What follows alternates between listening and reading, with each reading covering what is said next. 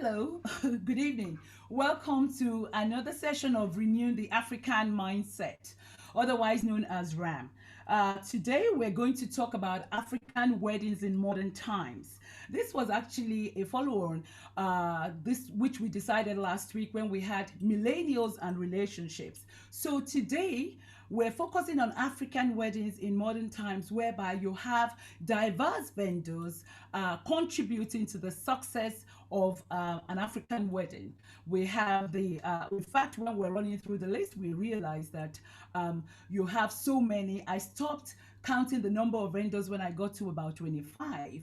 So you have the African traditional MCs, you have the music band, you have the DJ, you have the event planner, the florist, the photographer, the makeup artist.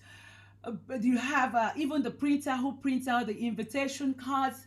You just have a diverse people. So today we have some of the vendors who will be sharing with us their services which they actually offer for weddings. So we're thinking, are weddings now becoming more expensive? Some people actually go on destination weddings. They do take with them the traditional engagement MCs. Some of them take with them the music band, the DJ, the florist. So many people they take on board with them. So today, let's find out what it entails to have the African traditional wedding in the millennium.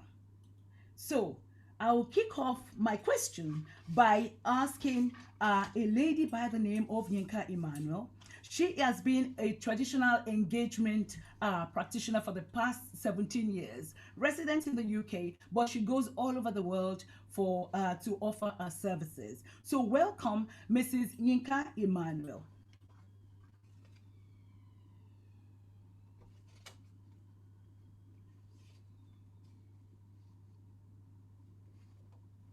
Okay. Thank you very much. Good afternoon, everyone. This is Yinka Emmanuel. Thanks for the invite. And as previously said, I've been doing this for quite a while, 17 years this month, and traditional wedding engagements is very, very interesting. I would say it depends on who is hosting it. It's something that a lot of millennials really enjoy. I would say that traditional wedding engagement in the olden days is way different from the way we handle it now. Nowadays, we do it in a big way. It can be very, very expensive. It can be done low-key. It depends on what the couple wants. It depends on what the family wants and what they can afford. Some people go all out to spend quite a lot when it comes to Nigerian traditional wedding. Nigerian traditional wedding, what I think it entails a good coordinator, that is able to be a good intermediary between the two families. It entails someone that can pray as well. It doesn't matter what the religion is, because the foundation of everything is very important. With the three weddings that we do in Nigeria, the traditional wedding is the first one that we do, and it can be done at any time. It can be done in the morning, it can be done in the afternoon, it can be done in the evening. It depends on what the family wants. And what you are looking for in a good coordinator is someone that will make it short, simple, and straightforward, no wasting time. Somebody that can consider other vendors, the caterers, the DJ, the live band, that's what we need in a coordinator. So for the millennials getting married, they need a coordinator that will be a very, very good intermediary between the two families. So I know there will still be more questions, but that's just the introduction when it comes to looking for a good Nigerian engagement coordinator. Thank Okay. you. What when you have a couple Yeah, and say for example, because we also have another MC on board here who yeah. is so focused on traditional engagement, African traditional engagement, and he's from Uganda. How do you relate with somebody like that, given the fact that they have a different culture? Yes, what I normally request is for a meeting. We can do the meeting by face to face. Before COVID, I've always traveled to anywhere, like go to their houses, meet the two families. We'll arrange a time that is convenient for everyone. We'll meet the families. I will explain the way we do it in Nigeria, and the other coordinator will explain the way they do it. And we'll see how we can match the two cultures together so that we're not being one-sided. But sometimes, if the father of the bride is a Nigerian or is the other, they can decide, no, we are the one in control. We are the one that would say, this is the way we want it. It now depends on the other family to ask that, how can we also bring maybe our clothing or, and we'll see how we can manage it together. But I always make the family, it takes a lot, but it's very good at the end of the day. So it's always good to have that meeting, and then we rearrange the program so that we are not one-sided. Okay, so what about language wise? How do you sort of like communicate whatever is required? I would, especially if we're doing the groom side, Yeah. even if it's the bride side, one thing I do to make people happy is I will go all the way to learn at least the minimal, maybe the way they greet, maybe one or two songs. I remember Yeah. the last time I did a Ghanaian engagement, nobody will believe that I'm not a Ghanaian, because at least I've been doing it for a long time. At least I know 2 or 3 songs that are general songs that whenever I start, Mm-hmm. they follow suit and they support me to sing it. So if you want to get a good coordinator, look at somebody that is very flexible, Right. somebody who will go all the way to learn and make the people that are paying you also to be very happy, and the money will be worth it for them. So I Right. go all the way to learn. Yeah. So, what's the importance of the songs that you sing at these weddings? Is very, very important. It's like if you are representing a family, even if it's a Nigerian to a Nigerian, the moment you sing their song, it's like you've just done it for them. Sometimes that's when you see some of them, they're so excited, even though they know me that I'm not about asking for money, they will just give you money without you asking, because it's like you're getting to their roots. You're Yeah. touching them in a place that, it's like, wow, it's like someone, singing your praises. And, I think it's very important. Anyone doing engagements must be ready to learn at least 1 or 2 songs whilst representing the family that you're representing. You will get a very good, recommendation from them. And for the bride and groom, it doesn't matter. They don't understand. They don't. So, They're just there looking at you like, what's all this? Most of them tell me the moment the bride and groom comes in, a yeah. very good coordinator must be able to switch, because they don't understand. That's why I do all my beats with the parents before they come in. The moment they come in, you switch to English. And that's what you see sometimes when you're watching some engagement. And the coordinator will continue to speak in Yoruba, and the bride will be like, what did she say? What did she say? It's their day. You want them also to be involved. You want them to be carried along. You want them also to enjoy it. And that's one thing I like to do. So the song doesn't matter to the bride and groom, as long as their DJ is here, and I can see a lot of my DJs online, and the band is singing their song, you Yeah. don't have a problem. But the parents, you need to make them happy, especially during the letter beats. Yeah. Okay. So, for example, with Nigeria, where they have three in one, they have the letter, they also have the introduction, and then Jonathan? the traditional engagement. Yeah. Don't you think at times it can be stressful? I don't think so, but that's why I said it depends. It depends on the people doing the engagement. The engagement, I've done an engagement at 7 a.m. Right. And one thing I tell most coordinators is to be timely, because you will never believe that at 7 a.m. we have about 70 people in the hall. Yeah. I got there for 6 o'clock. So it can be tiring, but it saves a lot of money. It Right. saves them a lot of money. So if we do engagement maybe 9 to 11, Hmm. and then they give everybody maybe a snack and cup of tea, and they go and change. Most of the guests will not change, but the parents will go and change. The bride and groom will go and change. Then the registrar will be waiting in the same venue, and then they can do the church blessing and the registry. And then straight after, they go into maybe another room, like Islands and Chelmsford. There are lots of hall like that has 3 different big rooms. And then we go straight into the reception. It can be stressful, but at the end of the day, they going for their honeymoon so they can go and rest. But when you look at the difference, it's quite a lot. But some people, if they feel it's going to be stressful, then they should go through the 2 days or 3 days if that's what they want. So at the end of the day, it's all about what the family wants. Those millennials, they know what they want, and you cannot change them. When it comes to traditional wedding or anything that they want, if they want the one day, they will agree. If they don't want it, they will tell their parents no, and they will be ready to spend the money. Okay. Right. Thank you so much for that. Just hang in there. So the next person we have is actually a gentleman from Uganda.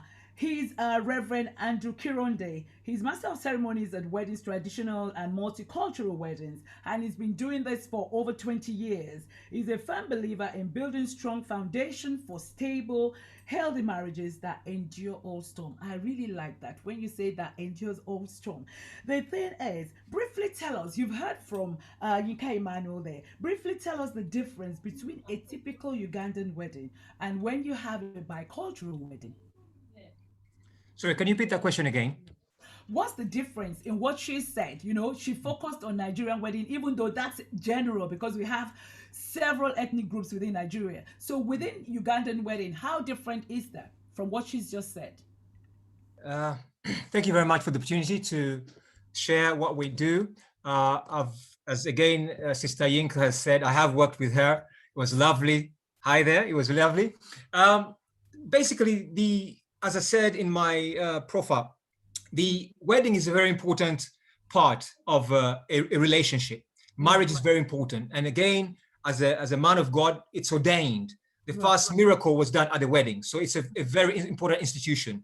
You need that foundation to be strong for it to last longer during the storms. Again, in Uganda, we almost do it the same way as Nigeria. We have, the first thing is, again, the families have to meet together. They have to sit down and discuss how they want their daughter to be sent away, or how they want their son to bring in a new wife or future daughter-in-law.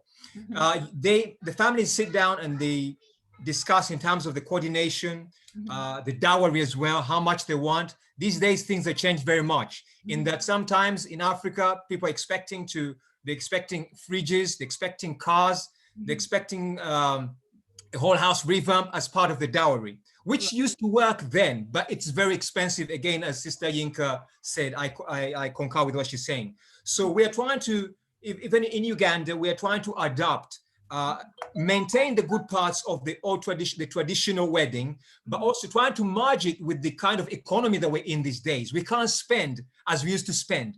Right. In the old days, again, it would be from the morning, as she's saying, from morning until evening, the whole family, the whole village will gather together to be part of it. But these days, you have to select how many people will be part of it. Okay. Why is it important to select how many people that will be part of it? Again, it's important because now, economic-wise, some families won't be able to fund the number of guests coming in. So you need to make sure you have a little amount of guests coming in. And then once you do that, the rest can then be invited for the wedding. Okay. And also, it's a marriage. And it's also, in a way, if you do it the wrong way and you invite a lot of guests and you cannot satisfy all of them or make sure that all of them are receiving the right amount of food or beverages or everything to eat, then your name may go down wrong, that he made a big wedding and they can't afford it. So that's why you have to make sure you work within budget. Sometimes as young people, they might want to go above budget, and you find that there's a stress between the families planning it and the young people, the young couple, the millennials who are planning the wedding.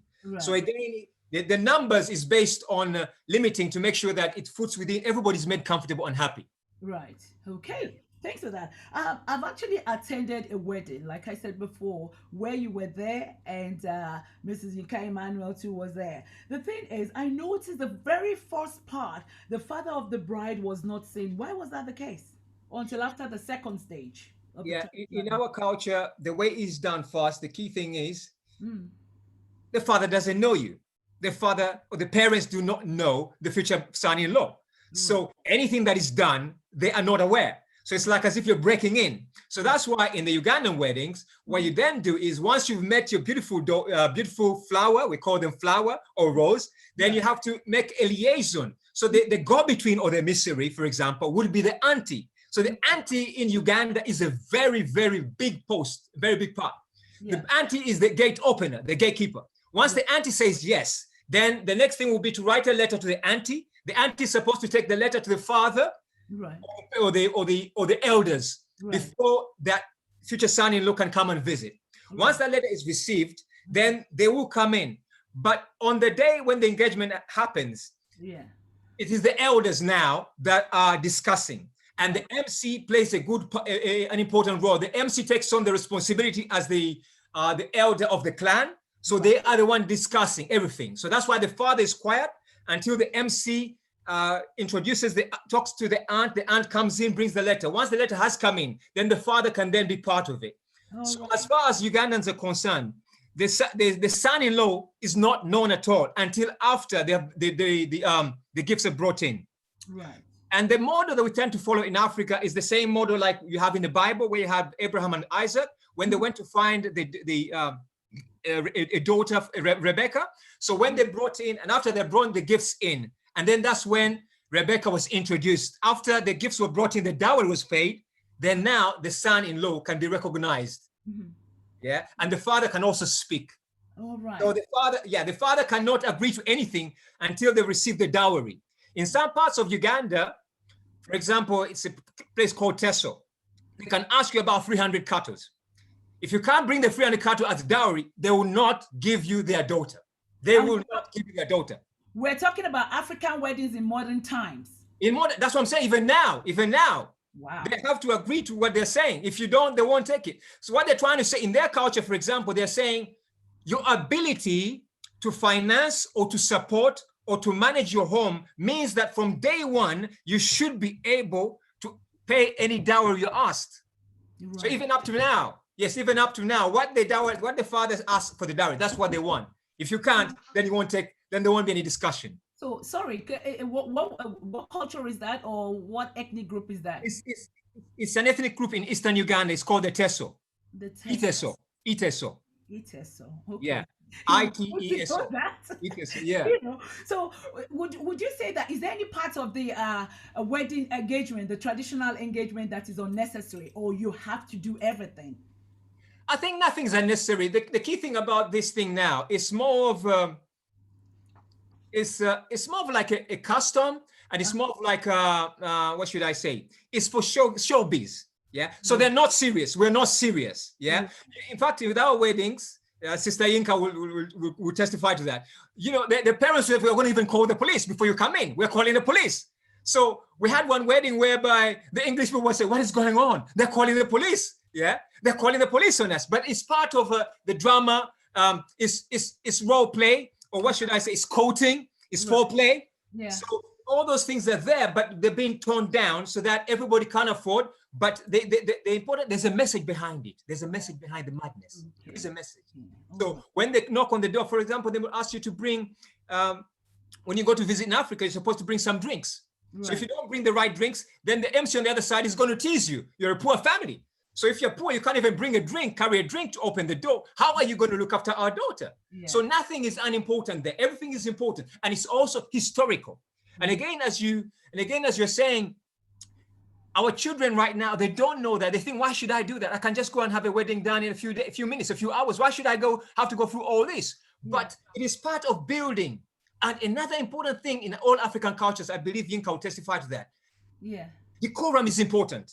Yes. How you address yourself, how you act when you're in front of your in-laws. Yes. Because if you misbehave or if you're out of sync, then they can refuse to give you the wife because you spoke out of tune. In African weddings, in Ugandan weddings, the opposite side is not allowed to even sit down before they've been asked to sit down. If you sit down, you'll be fined. I'm is all informed, but then again, we also have to respect tradition, because I always say to the millennials, even though we're in the diaspora, yes, I'm saying take what's good in the African culture, what's good in the Western nation or your host country, without losing your African heritage. I think it's very important. Don't you think so? Yes, I think it's very important because though we are in Europe, Yeah, that's part of us. As yeah, a matter of fact, the Europeans respect us because they know that we have a strong culture. right. Even the West Indians, they say the Africans have a strong culture. So they respect us because of that culture. As much as the millennials now don't even want to speak our language. They don't want to speak our language. They just want to speak English. Yeah, You know, they say you're too old, you're too African. right. But you need to have a foundation. That is the foundation. That is the base. Yeah, Without your past, you have no future. You have no present. So yeah. that is our past, it's our present, it's our future. All right. In the Bible, when the children of Israel were living, they were told to teach the instruments, the precepts to be taught to the children, to the next generation. The Yeah, same thing that the Africans are doing, trying to teach the next generation the precepts which make us Africans, which make us Nigerians, which make us Ugandan. It is those small things. They look like the small things, but right. those are the things that our parents grew up with. Those are the things that make that strong and solid marriage. Thank you very much for that. Thank you for such an insightful One contribution. other thing I want to add on to that is also in the Ugandan weddings, these days they always do it, but we recommend counseling. Counseling is always important. And before I go for any engagement or any wedding, I tell them you need to go for counseling. Which In is Uganda, the way we used to do it was the daughter would go and spend about a month or 2 months or 6 months at her grandparents' house. And there she'll be pampered and trained how to look after the husband, how to wash, how to cook food. There's a saying that there's no road in your home in Uganda. There's no road in a home. So if someone comes to your home, there's no road, there's no path. You have to open for them, you have to welcome them. So these are the values that they had to go for that counseling to understand how to manage a home. And that's what we tend to encourage our millennials to understand. Okay, Thank you thank you very so much. much for that. You've actually given us so much information that hopefully people are watching this and they're thinking of going down the route of Uganda. They better come here to listen to you. Thank you. The next person we're having is Soksoko. He's from Zimbabwe. He's one of UK's most popular event director and host.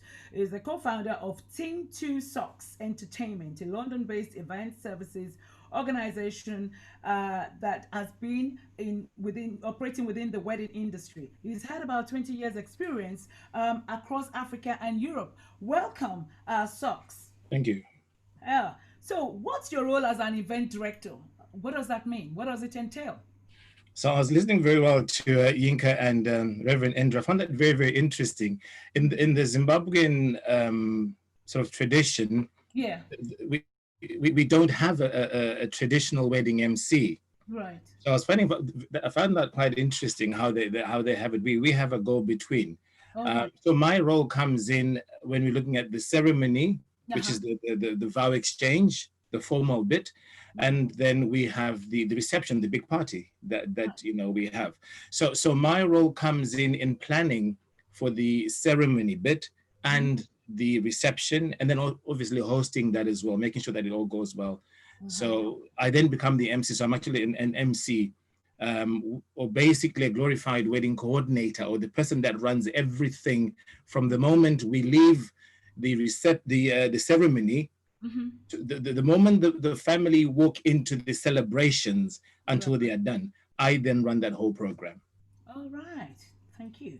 So do you get involved with the other African countries? Say, for example, you've heard from Mrs. Emmanuel, she's Nigerian. So how do you coordinate with them, given the fact that we have slightly different culture? Very, very exciting, and yes, I've done. I've gone right across Africa and Europe. I've done Ghanaian, I've done Ugandan weddings, I've done Nigerian weddings. Very, very exciting, very, very exciting. But I think what makes my life a lot easier as an event director is that, like I said, I insist on starting at the celebrations part. Right. So everything else that's happening before that, there's a lot of you've got to step very carefully.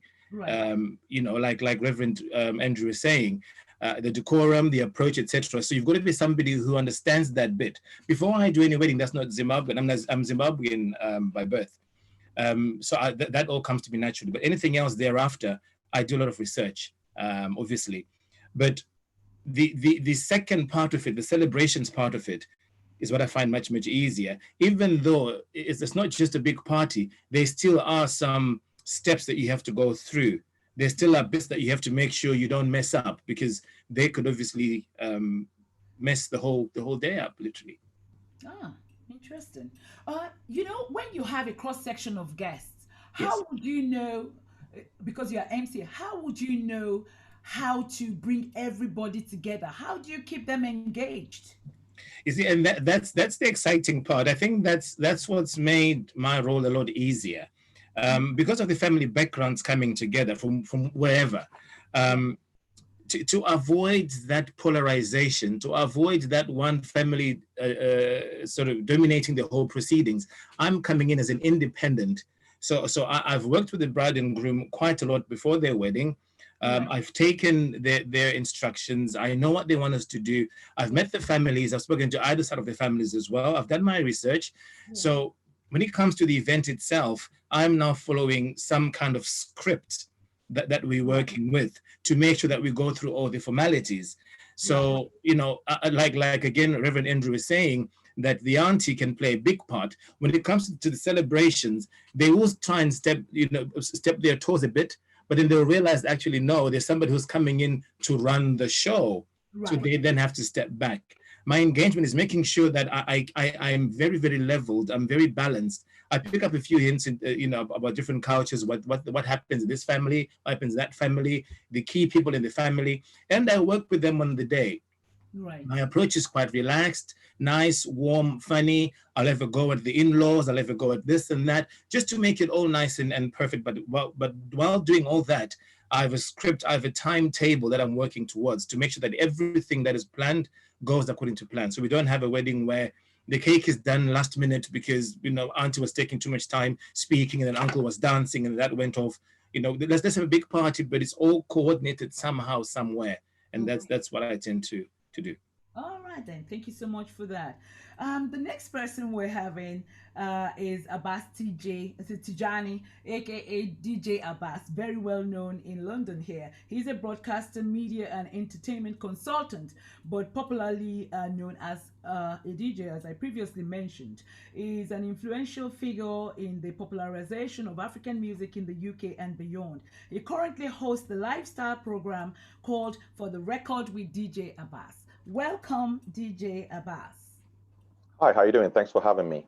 Okay, now, what's your main focus at weddings?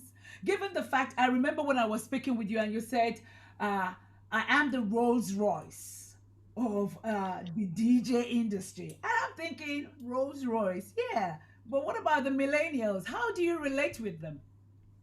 Um, First and foremost, I'd like to thank you for having this platform. And what really excited me about being a part of tonight was the body, renewing the African mindset. Right, And I thought I should just put that ahead before I go deeper into the conversation. right, And over the years, I have seen, I've been doing this for almost 30 years as a DJ compere within the events industry. And I have seen a shift, a gradual shift. Um, I say before the last 15 years, primarily you're invited, come and DJ, there's a wedding, you go, you play. yes, And the dichotomy came in about 15 years ago, where right, there now appears to be, particularly in the diaspora, right, there appears to be an engagement wedding and a white wedding. correct. This was never the case. Now, the white wedding, as we know it, is pretty much relatively new historically to Yeah, Africa, yeah, because before then, before colonization and the advent of our contact with the Europeans, yeah, really we had our traditional African weddings, and that was it. yes, Now, when the Europeans came, gradually the white weddings came in, and traditional weddings in terms of prominence faded. mm-hmm, But what has happened, particularly using Nigeria mm-hmm, as a standpoint, is in the last 15 years, traditional weddings started becoming very fashionable. You have all the whole Ashwebi culture, the wares and everything. And secondly, if we look back to the diaspora, a lot of in Africa, weddings or anywhere in the world, weddings are a family thing. In the UK, most likely the couple tend to carry most of the burden. So they focus on the wedding. However, the parents started feeling left out. So what you get most times is the engagement wedding is typically for the parents, and the white wedding is more for the children. So there's okay, mom, anything you want to do, do it in your engagement where you can invite your 200 or 500 guests and get all your Feyishara and the Bidemi Alana and your big bands, do your thing. And then we can have our own white wedding where we invite our friends. We'll give you 5 invites or 10 invites. And that is where the dichotomy started. I thought I should just put that up front and maybe we can dissect that as we go forward. Yeah. Musically, music is such an important I'm getting on right now. I'm in my very early 50s. So I rarely get weddings involving young people, not because I cannot play for them, but because most oftentimes they also have their star DJs within their network. And there is a link between the ages as well.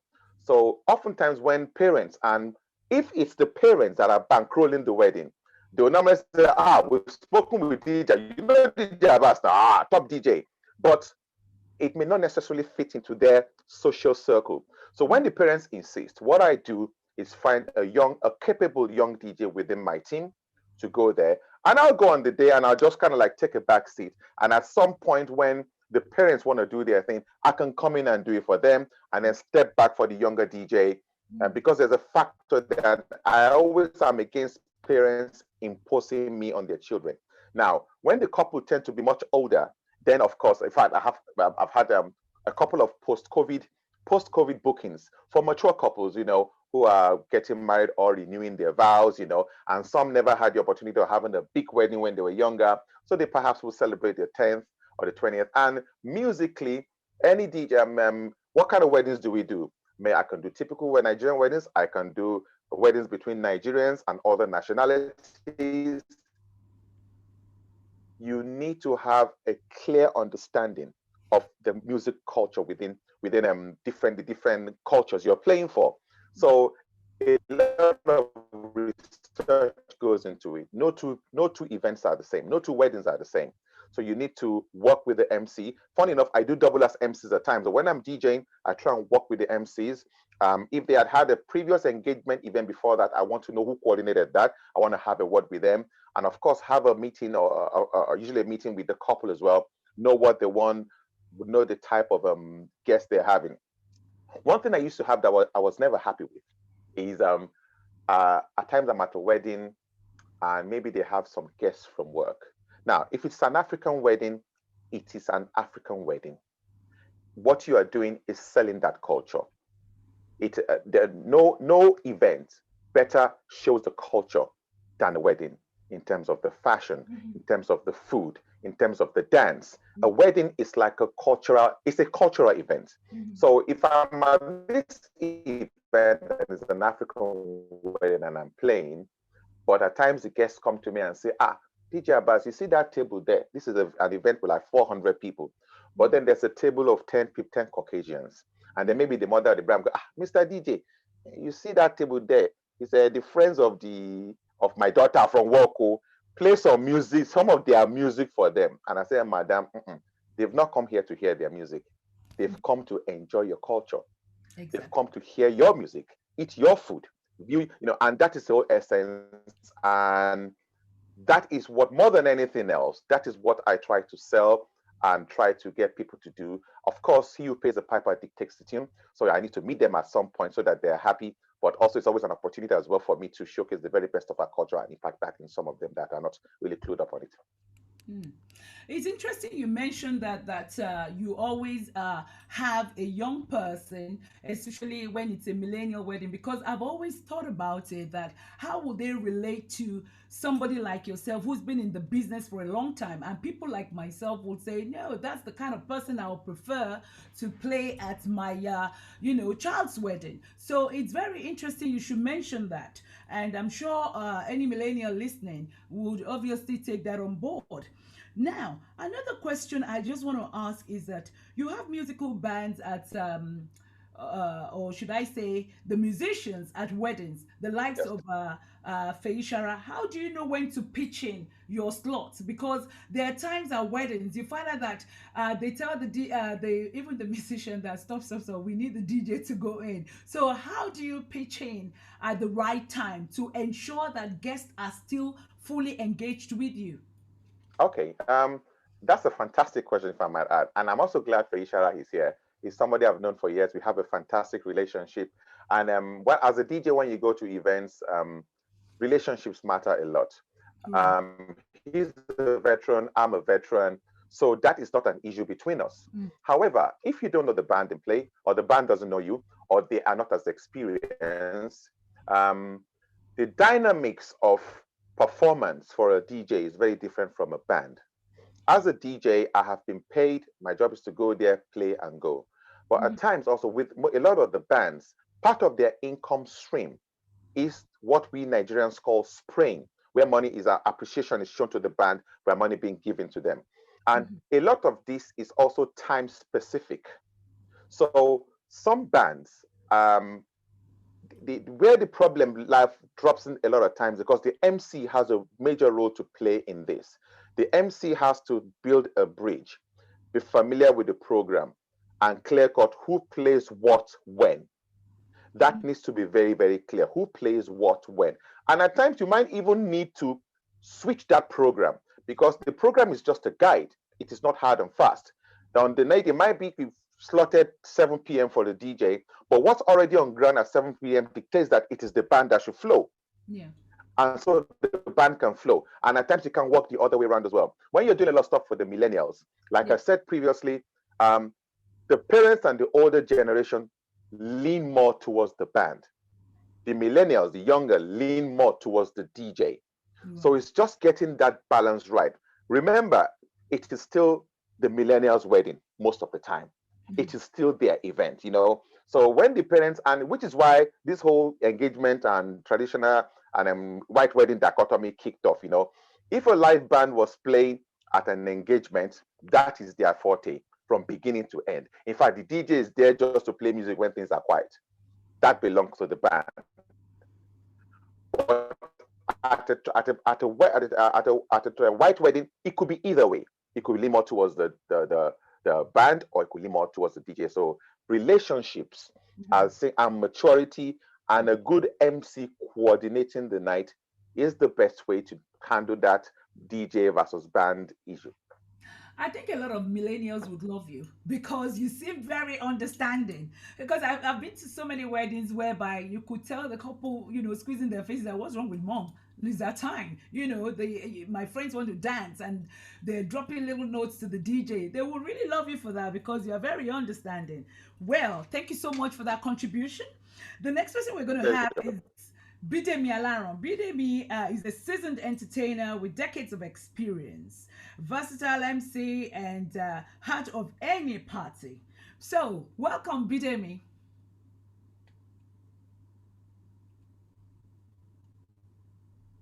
Or has he disappeared of some sort? Or maybe something's gone wrong with his connection. Okay, he's still there. Bidemi Alaron, thank you. Okay, thank you. I think it's the host that delays in unmuting because you can't unmute from your side. I want to thank you for having me on board, and I thank God for all the persons who have spoken before me, and I think they've spoken sense. As a matter of fact, I think I'm learning rather than teaching or instructing anything here. So thank you for having me come on board. And most importantly, thank God that we can have this discussion Yeah, because Corona has not taken any of us. And that's why we can be talking wedding now. yeah. So God, thank God for that. So, So, as an um, MC, what's your main focus at weddings? okay. Now, the MC is a bridge, like um, Mrs. Emmanuel has said, the Reverend has said, DJ Abbas has said, and I know many other persons too would say, you're the DJ, you're the band, you're the coordinator, you're the food person, you're Mm-hmm. everything to every person at a wedding. Now, the couple and whoever, whether it be traditional or the white wedding, have spent a lot of money and they need a coordinator who has a lively spirit. It does not necessarily have to be a comedian, but he must be able to carry the event from the high tempo from the beginning to the very end. Where there's a vacuum, he fills in. Where there is something missing, he chips it in. And that does not come with just knowing how to talk. First, it has to be a calling. I stand to be corrected by anyone. Everybody can speak, but you have to be an anointed speaker to be the one speaking in public. So my role practically is to bring on the talent that God has given me to balance the Caucasian, like DJ Abbas has said, the not too young to vote or to dance or to party, the middle-aged, and of course the older the older generation. Now, where the millennials may be making a mistake is where I want to underline. Now, once your mom or your daddy says, "Oh, Bidemi Alaro is very good. He's been outstanding for blah blah blah blah blah," straight away, because it's your mom and your dad that referred Bidemi Alaro. Unless you've seen Bidemi Alaro yourself and you're convinced beyond reasonable doubt that, oh my God, age is not a barrier for this guy. Yes, the millennials just say no, it won't happen. Are you with me? So that's also affecting the DJ, like DJ Abbas has said. But when they now see you, they now say, "Oh, we should have had him for our wedding," and I could go on with different testimonies of people who've been hired earlier, and then the mom just says, "Bidemi, you know what? Just come around." You find out sometimes they don't turn up, or sometimes they turn up and they can't even handle it, because there are 3 categories of persons at every wedding. You have the millennials, you have the ones that are not yet you with me, and the ones who gave birth to the mother and the father of the ones who claim that they're the ones who own the public space now. So my job is to balance every equation, and I'm all things to all men. So the only thing is, you won't ask me, because you know I'm a believer, to come and do something that is contradictory, to the fear of God. I'm not saying I haven't done a Muslim wedding before, but something that's contradictory to the fear and the ways of God. Full stop. So I think that is that's fair, right? Yes. So you introduce humor and dance. I've seen you, you've done some crazy dances, and it's like, what's your reason for all this? First and foremost, I'm a theater artist. Right. You with me? So, just like I said now, I'm sure on a national program, I don't have to ask whether you have a husband or a wife. Now, whoever is your partner makes you laugh at home, but that doesn't give him the audacity to go and handle a program. Are you with me? So practically, mine is that the words you're speaking, they're only letter until it is acted out. So when I'm there, the dancing, the talking, the mannerism, the gestures, every part of me is acting, so that when I leave, I'm out of character. Are you with me? So they dance. If I dance and you don't dance, then you need prayers to, if I'm making you laugh and you're not smiling, then you need prayers to smile, because I know that what I'm saying is funny. It does not necessarily have to be what everybody accepts, but I know that I'm bringing humor, I'm bringing life to the party. And the dancing is part of the package. I've been to weddings before when I know that when I, inside of me, was convinced beyond reasonable doubt that had done even better than previous times. Guess what? Somebody stopped me and said, "Oh, Bidemi, you ain't good today." And I listened. I said, "What?" He said, "You didn't dance." And I'm asking myself, was dancing part of the money paid for this wedding? Are you with me? So practically, I'd already put myself on the what do you call it? I've already set a standard, you know. And then continuity. Okay, people forget and I go back to my theater days at the greatest university on the face of the earth, University of Ife. I apologize if anybody here didn't go there, but it's okay. You still have an opportunity.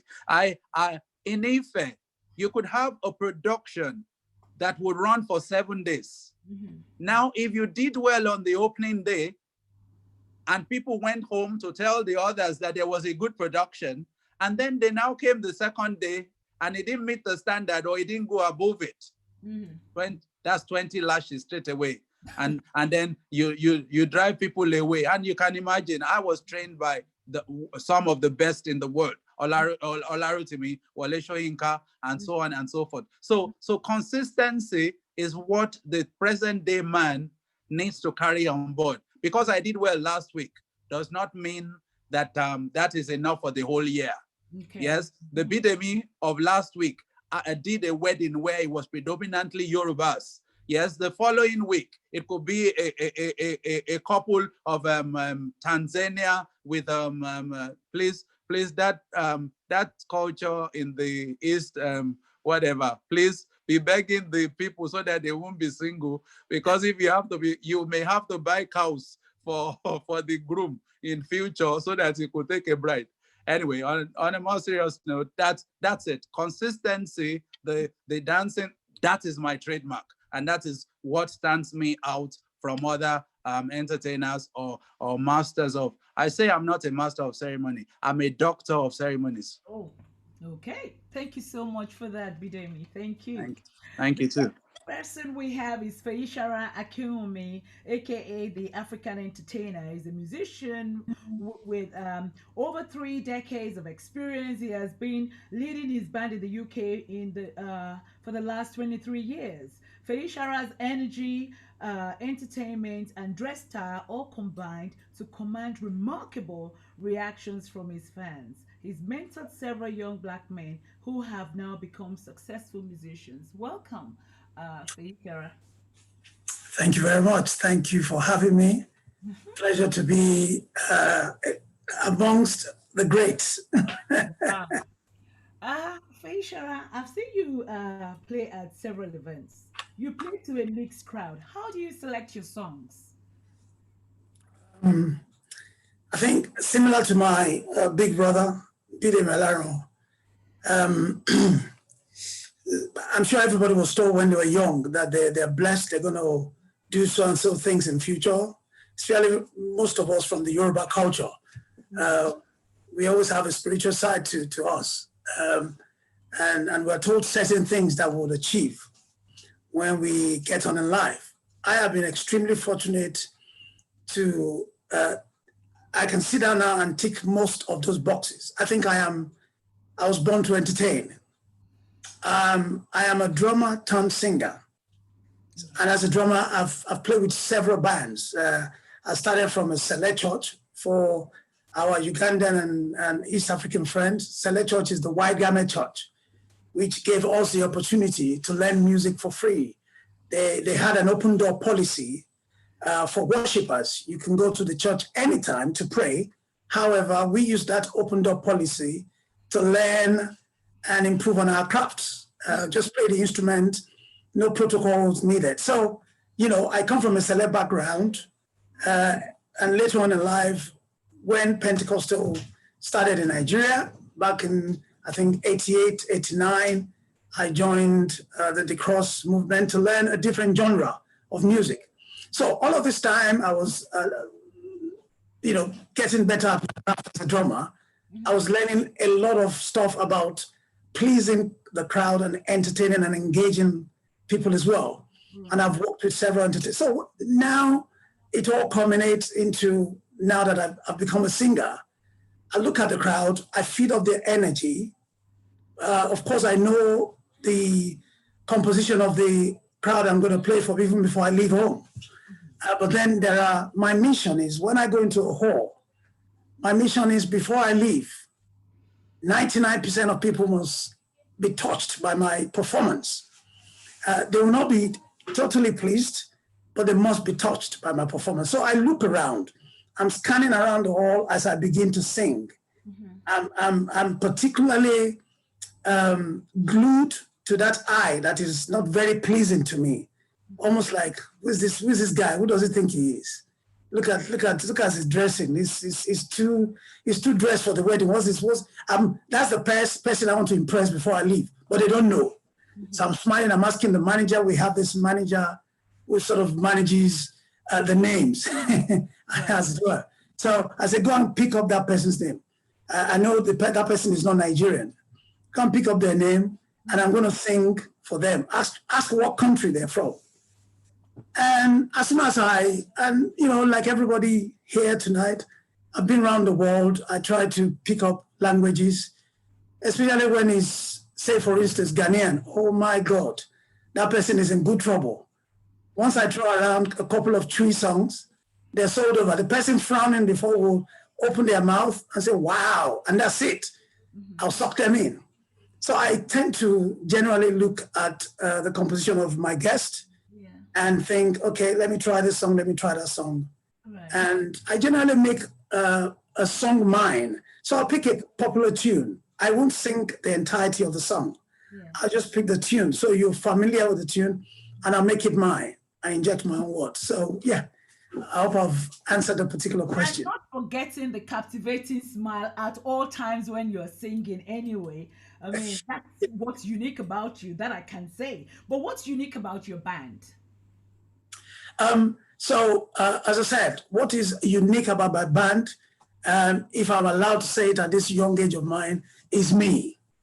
So majority of band leaders in Africa, the client hires them and the band is secondary. So King Sunny Ade comes to play somewhere, nobody would remember the face of the talking drummer unless you're an avid fan of King Sunny Ade and you are into musicians. Majority of people will go home and say, King Sunny Ade performed so well. As a matter of fact, it might be the crappiest gig ever for the king. But as long as he kept the smile on and he did his thing, then, so I think the most important part of my band is me. You know, my image, what I do, how I do my things, how I engage with my crowd, it's completely unique. I step out when I sing. DJ Abbas can testify to this, and Brabide Malaro. I think I'm the only musician that would step out of my stage and go into the crowd at a wedding, almost like I'm performing, almost like it's a paid concert. I do that confidently. You know, I look at somebody's shoes and I start to sing, you know, and the person would almost fall off the dance floor, you know. So that is what is unique. It's spontaneous. I don't come to gigs with songs or prepared song. I come, I look around, I pick a color, I start to sing. I pick a particular headgear style, I sing. So, yeah. All right. Thank you so much for sharing that with us. I'm sure a lot of millennials would love that because they always want an entertainer or a musician to be part of the crowd, jumping up and down and dancing. And I've seen you several times do that. So thank you. We'll come back to you next. So up next, we have a young couple, I will say. I was so privileged to attend their wedding in the United States of America. It's Dr. Tony and Dr. Shewa Jolu. They're from Washington, D.C. Dr. Tony is actually a high performance coach. He's also healthcare strategist. Dr. Shewa is a child and adolescent psychiatrist. They've been married for 5 years, like I said, with a 15-month-old daughter, and they enjoy traveling around the world. Welcome, Tony and Shewa. Tell us about your big day in 2015. Yeah, welcome, or thanks for welcoming us, I should say. Hello, everyone. Yeah, good afternoon, everyone. Sorry we joined a little bit late. I learned this morning that my math is terrible. I thought I could do the conversion from the British time to Eastern time where we are in my head, and I subtracted by 7 instead of 5. So apologies for joining you all late. As Nancy said, we got married 5 years ago in New Jersey and Philadelphia. We're from Maryland, so it's about 2 hours from where most of our family and friends were. And we had a phenomenal time, really, really lively, well-attended, expensive wedding.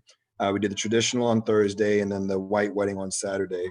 And, you know, I love everything that we did. The only thing I would have maybe changed is the amount of money that we spent going into, you know, a new wedding with the woman that you've built a relationship with for years, with all that debt, was not an easy thing to manage. But by the grace of God, we made it through, and we're still married today. How was it?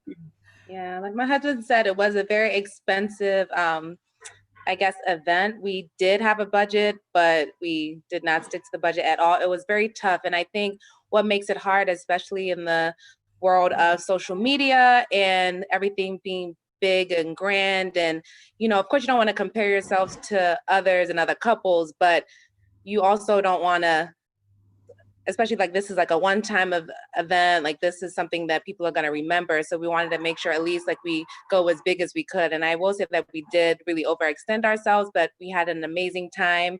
If I could do it again, I don't know what I would do differently, but I mean, the two events went really well, went smoothly. But like I said, I feel like in the world of social media, it just makes it hard to not feel like you need to go over the top, since now everything is bigger, better, grander. People are like coming out of helicopters now. It's a whole thing now. So I guess we were trying to be in the mix, but it was, 2 great days for sure. 2 great days, yes. I can actually tell you the date, 23rd of July, 2015, and the 25th of July, 2015. That was on a Saturday. However, the thing was, why did you go all the way from Maryland to New Jersey? No, it wasn't even New Jersey, very close to Philadelphia. Yeah. Why Maryland? So that was my doing. So I know it was very inconvenient for the guests because they had to stay in 2 different hotels, and it was over, like you said, Thursday through Saturday. But I saw the venue that was in Philly for the white wedding, and I told everybody, this is where I'm having the white wedding. And that's kind of what happened. And for the traditional wedding, we had already chosen the venue because there weren't really that many venues to really pick from, but when we got married that we really liked. So we knew we were going to get married in Maryland for the traditional. And it took a while to find the white wedding location. And since we have so many Nigerians in Maryland, a lot of times when there's a nice venue, a lot of people use the same place over and over again. So a lot of people don't want to use those same places. But when I saw our event place, nobody had used it, or no Africans had used it at that time. So I saw it, I loved it, and we knew it would be a big inconvenience to everybody. But it seemed like people made like a little trip of it, which was nice. And they had a day in between the Friday to like pack, maybe explore the area, and then go to Philly. I don't know how it was for you, Auntie, but that's why. Are you sure that it wasn't a way of trying to cut off some people? Oh, okay. So that was an unplanned consequence that we were very happy to see. So that too was really a good thing, because Tony and I's families were really, I wouldn't say we're really known in the community, but we know a lot of people. And so definitely to cut the numbers and people crashing, that's something that we didn't want. So we made sure we had security that had to have certain cards to come in. And I don't believe we had one crasher, which for Nigerian weddings is not really a thing. So we wanted to make sure like we stuck to the count, and it wasn't like a rowdy wedding, and we're able to accomplish that. And I think going to Philly also accomplished that. And there was also the Ashwebi, the uniform for a benefit of non-Nigerian guests. You know, Ashwebi is actually the uniform where some people will take the same color, the same fabric, and so into different styles. So there was that on Thursday, and we also had something different on the Saturday, yes. And I could remember that we had to have the credit card like invitation card. And I could remember that your mom was saying that when I said, oh, I'm not sure whether I might be able to make it because I haven't booked my ticket, she said, don't worry, there's so many people on the waiting list, we don't even know. You know, so, and we had all the wonderful gifts as well. You gave us some sort of performance, the crew. And we had the canopies and everything. And like you said, would you have spent that much money on reflection now? I feel like I probably would because looking back at like the event and the pictures and then what we were able to accomplish and for everybody to have fun and enjoy themselves, I felt like it was worth the money. I just feel like things, especially when you add wedding to it, they increase all the prices. So I felt like we tried our best to budget and to pick things that were a little bit lower priced. But the minute you say wedding, they just make everything expensive, from like the makeup. It's crazy, like how much for the same makeup that you do for a wedding and even like a birthday party, they increase it like times 4 just because you add wedding to it. So it's really expensive over here. I know it's expensive in Nigeria, but I feel like I would do it again for sure. Oh, what about you, Tony? Yeah, I think I would do it again. I mean, it's someone told me once that the wedding is the only event on earth or in your life where everybody that you love is there celebrating you. The other time is the funeral, but you're not there experiencing it. So I mean, I think it's hard to put a price on how significant it was for both of us to have all of our collective family and friends together in one place celebrating us. And one of the things I'm most proud of regarding both ceremonies is that we really had the opportunity to make it our own. The dance or the performance Auntie referred to earlier was my wife and I actually danced and did a fun hip hop dance for all of our guests. We also had a choreographed salsa and ballroom dance performance. So a lot of our friends all of our friends had fun. All of our family had fun. Mom and dad and grandma and they all got what they wanted out of the ceremony. So we had to spend a lot to appease to everyone, but it was really nice having every important member of the family feel like they got what they needed to out of the events. I suppose a lot of people also turn up because uh, your parents obviously were also celebrating joyous occasions with other people, especially you, Shewa. So obviously, your mom just didn't have any excuse than to allow all of us to be there to share in your joyous occasion. And I wish you more blissful years and more Thank you. babies. Amen. Yeah, Amen. Amen. for sharing with us. So, moving on, we've heard from the couple. We want to hear from a mother here whose son got married, also in the United States. It's Fumi Dina there, please, to share briefly with us how the day went. Fumi Dina. Yes, hello. Can you hear me? Oh, yes, we can. Yes. Oh, yes, you can. Okay, I'm Fumi Dina, and I I really want to thank you for bringing me up on this program. It's been a very interesting time, and I've really enjoyed it. I must tell you. Right. Point of correction was actually my daughter that got married in the Okay. United States. They live in Canada, just like Tony and Shewa. They Yeah. live in Canada, and they decided that they wanted to have their wedding in Florida, Orlando. That was in 2015. Funny enough, that was in August 2015. Right. So initially, we were thinking, okay, should they come to Nigeria? And I thought about a lot of things. I actually didn't want the Nigerian one. Why? Because I'm somebody that is very, very restless, and I like to really entertain when I want to entertain. Incidentally, I'm a caterer, so I really understand what it means for people to come to a party and enjoy themselves. So I said, you know what? I know if we have that wedding in Nigeria, I am not going to enjoy it a bit because I'll be up and, despite the fact that we would have the event planner and, I just want to make sure everybody is fine and, and funny enough, my son also had his engagement in Nigeria in December. It happened the same way. It was a big one. But let me say something. Tony and Shawa said it all because when after the wedding, I asked my son, and my daughter, I said, "What did you really enjoy the wedding? And after spending so much money, do you think it would have been better for us, or did you think it would have been better for us to have it back home or in Canada?" They said, well, they would do it over and over again because it's something they really, really enjoyed. Because one, it was away from home and it was like a vacation for everyone that came. Florida, especially Orlando, we all know what it is over there. People, there's a lot to be done there. So it was really quite interesting, exciting, and it was holiday for a lot of people. And it was, I must tell you, it was a bit expensive, I would confess, but not as much as even if we had done it in Nigeria, because I am a crowd person and I know if we had done it here, it would have been in thousands or whatever. But I thought, let's just get away. I enjoyed every bit of it. And they also chipped in some money anyways, like she said, they went overboard the budgets, they couldn't even, like if you budget 10 naira for something and now you're spending about 15 naira or something like that, but it was good and it was fun. The one we had in Nigeria was, okay, you want to say something? Okay, the one we had in Nigeria was a big one at the Harbor Point in last December.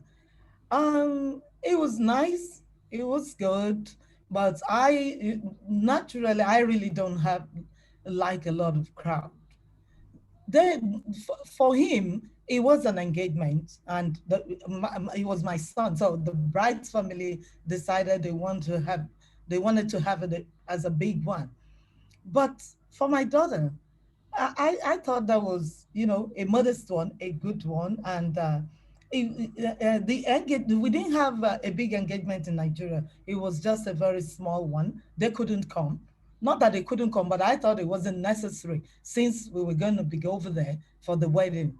So we just had a small one just to do the traditional thing, which was very necessary because I believe so much in it too. So I don't know. You can go ahead and For ask your example, question. with your daughters, um, you said you were a crowd puller and everything else. What if she had said to you that she wanted to have a small one, and instead of giving you, say, for example, 20 invitation cards, she decided to give you 5? How would you have taken that? Well, if they're the one bankrolling it, it would have been a different thing. But I'm also chipping in money. So I think, I was a bit understanding actually, because I know that happened. It's like, okay, mom, you can only bring in 30 people or 40 people, But I said, well, okay, instead of 40, let's make it 50. People will want to come. And especially because it's Florida, a lot of people would want to attend. And that was exactly what happened. But it was good. We had an understanding and everything went very well. So Oh that's wow. it. Oh, that's good because a lot of mothers, obviously, it's also their day to, to say that my daughter or my son is getting married. Where there's always some sort of disagreement is usually on the cards, invitation card saying, well, even though I promised you X, I know that happens. it's going to be That reduced. happens quite often. But I don't really mind. I mean, I had to do a lot of, to apologize to a lot of people, but notwithstanding, I think I enjoyed it. I liked what happened. So, and they were also understanding, although, like I said, we went a bit overboard, which Yeah. was okay.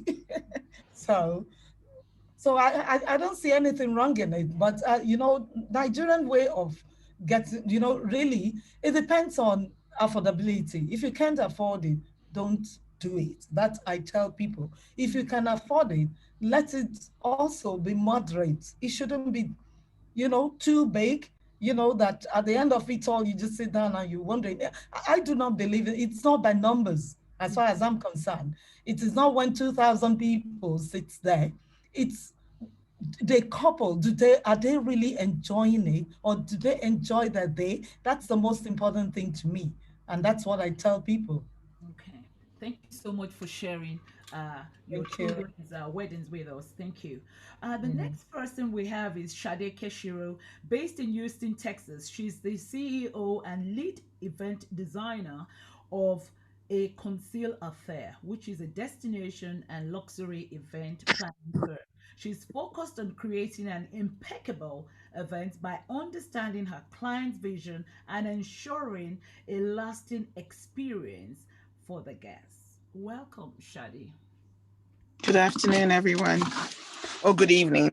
Oh, yeah, good evening over here. Hello, Shadi. So, you mentioned, tell us about the list of your services. What kind of services do you offer your clients?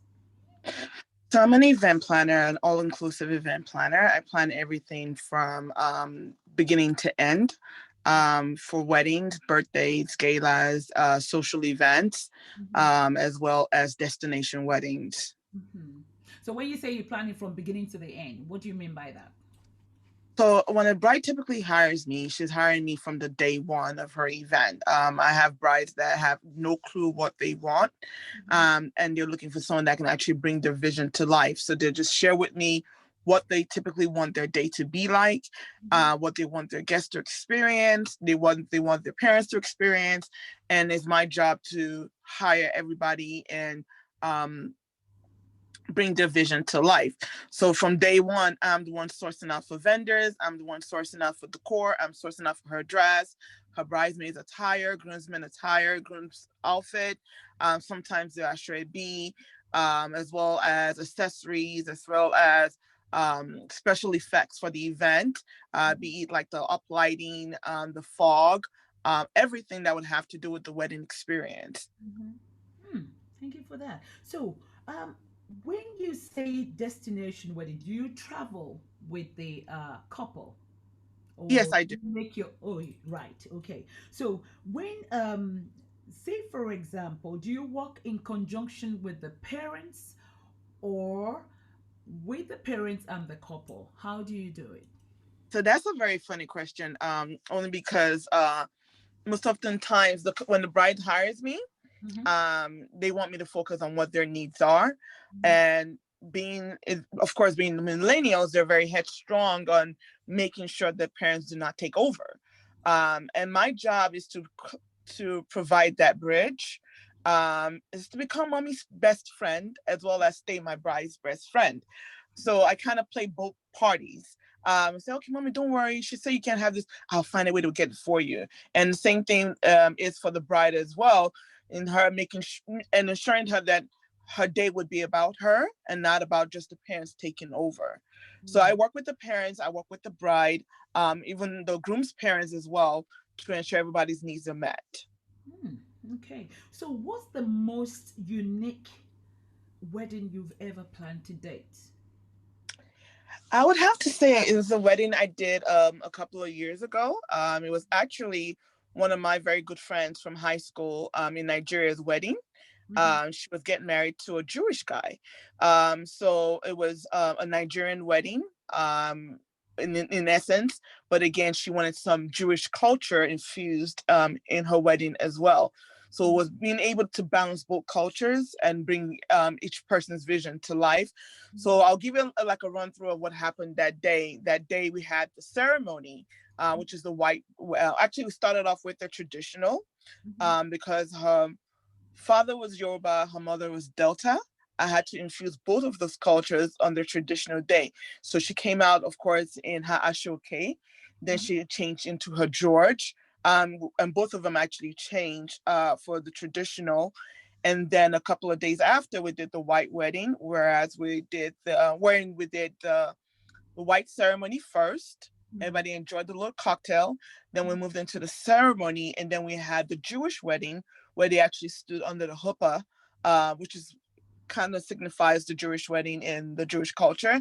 And then we went into the reception itself.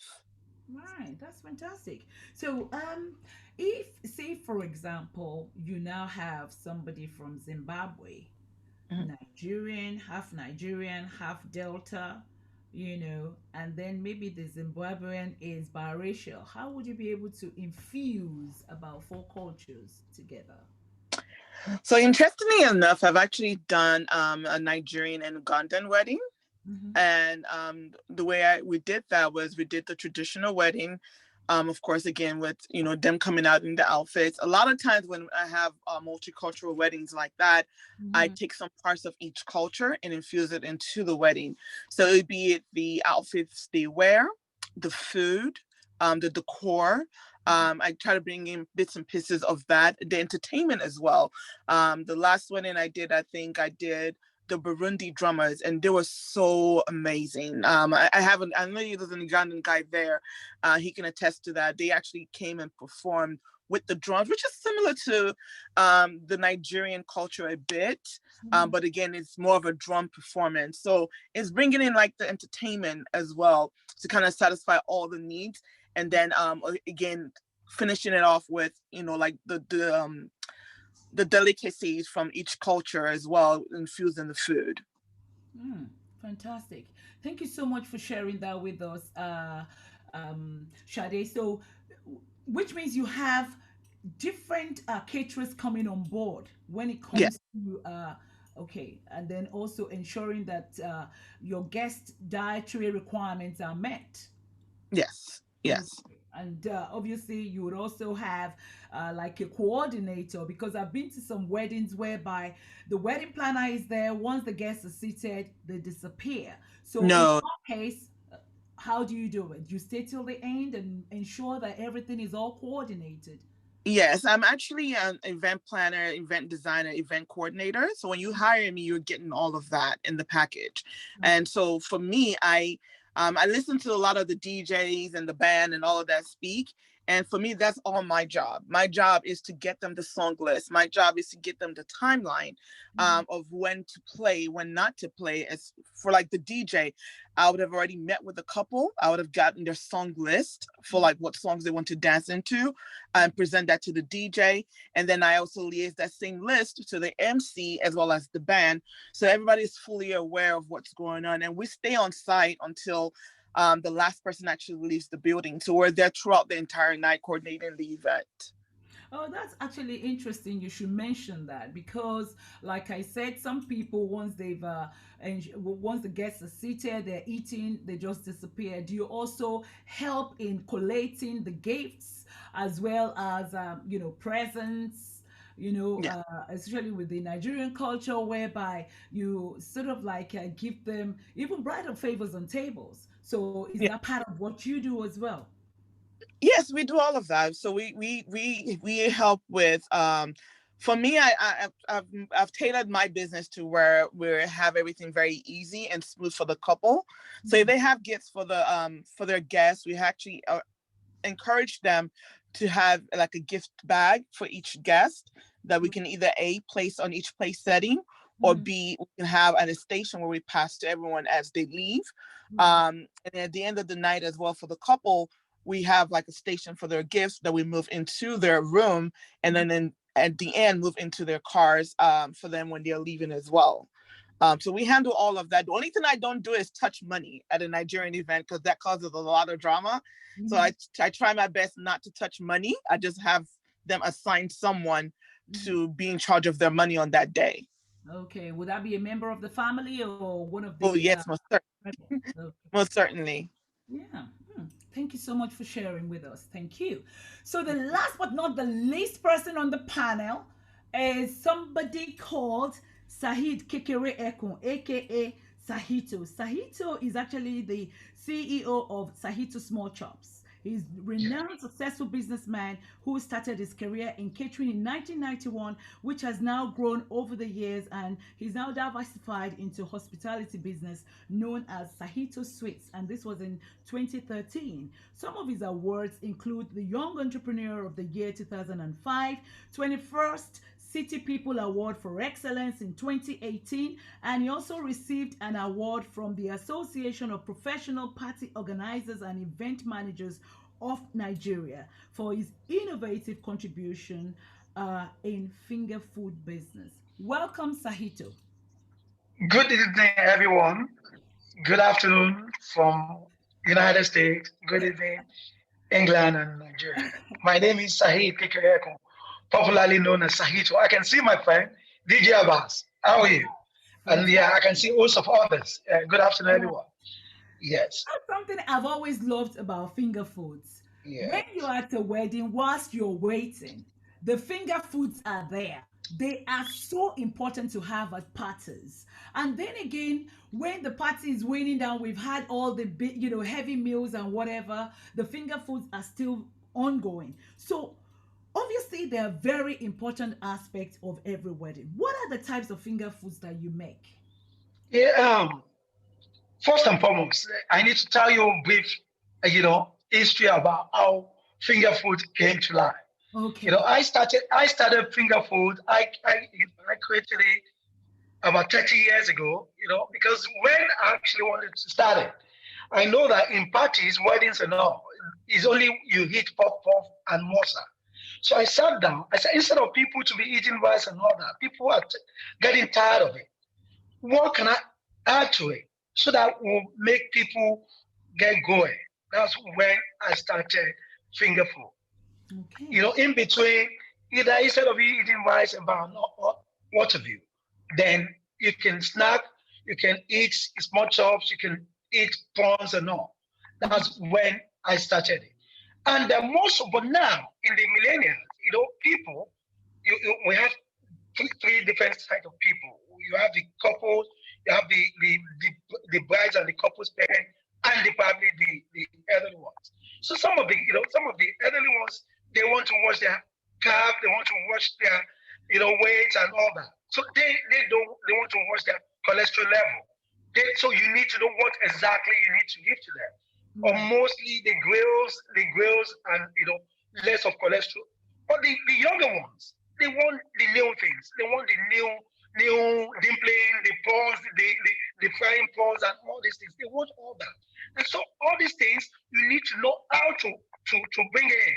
Before the wedding, when the engagement process is going, finger food will come in. Yes. You eat some snacks, probably some chicken, some cocktail and all that. Why the process? Because engagement process takes about 2-3 hours. Why that? Finger foods going with drinks and all. So after that, we stop. The food comes in. After the food, then the finger food again. Yes. For people that don't want to eat, that coming from work or from this, they don't want to eat any food, they want to stop. Then thereafter, after the wedding, the bride, and the bride, they call it after party. They have their own party section. Sweeties, finger food, snacks, and cocktails. And these are all the process, which even till about 3-4 a.m. at times is only finger foods you want to take. And people will keep boiling and all that. And I think that keeps, without small chops, your party is not complete. Fantastic. So, Yes. are you creative with your small chops? How creative are you? Because we've seen some eba that they design in such a way that you don't even want to eat it. You just want to keep on looking at the food. So, how creative are you with this We, small chops? we are very creative. We created so many things. We created different type of snacks, different type of finger food in different form, in different shape, in different probably different designers. Some in baskets, some in different form. You people will come. Oh, I don't want mine in plates. I want mine in calabash. I want mine in this. I want mine in skewers. I want mine. So people will come. We've been everywhere. We've been in. You have to make sure that you get people from different culture, know the way and manners they present their food, their finger food. You tap in from that. The way they do in Brazil is different from the way they do in Spain. The way they do in Spain is different from the way they do in UK. So you pick some of this. In Nigeria, most especially in Nigeria, Africa, we like to go traditional.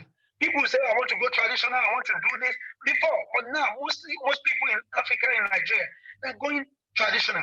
They Okay, want to let me ask you. You say you are going traditional. You have Yes. some guests. Say, for example, of course, we're all guests now. You have a Ugandan, you have somebody from Zimbabwe, Ghana, and every part of Africa. How would you know how to satisfy those guests?